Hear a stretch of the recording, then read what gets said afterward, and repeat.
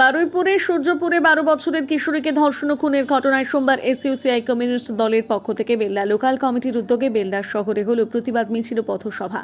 বেল্লা কেশিয়ারি মোড় থেকে মিছিল শুরু করে সারা বাজার পরিক্রমা করে বেল্লা ট্রাফিক স্ট্যান্ডে মিছিল শেষে পথসভা অনুষ্ঠিত হয়।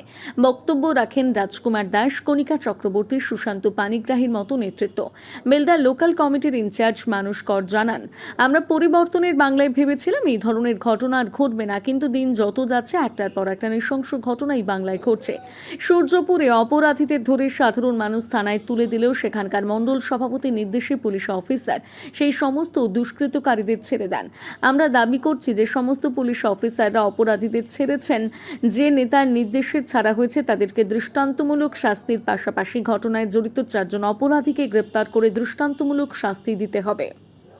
24 পরগনা জেলার বারুইপুরে গত 4 জুলাই সূর্যপুর হাট থেকে একটি নাবালিকা ক্লাস 6-এর ছাত্রীকে ওখানকার স্থানীয় যুবকরা অপহরণ করে তারা সারা রাত নৃশংসভাবে তার উপরে অত্যাচার চালিয়ে তাকে নৃশংসভাবে খুন করে।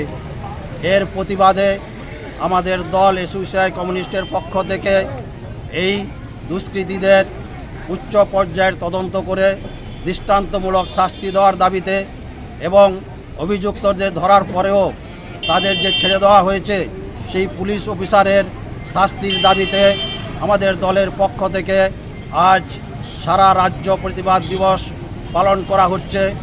তারই অঙ্গ হিসাবে আমাদের দলের পক্ষ থেকে বেল্লা লোকাল কমিটির পক্ষ থেকে আমরা আজকে বেল্লাতে এই প্রতিবাদ সভা এবং বিক্ষোভ মিছিল এই অপরাধীদের তদন্ত করে তাদের ধরে দৃষ্টান্তমূলক শাস্তি দেওয়ার দাবিতে এই প্রতিবাদ সভা আমরা এখানে পালন করলাম।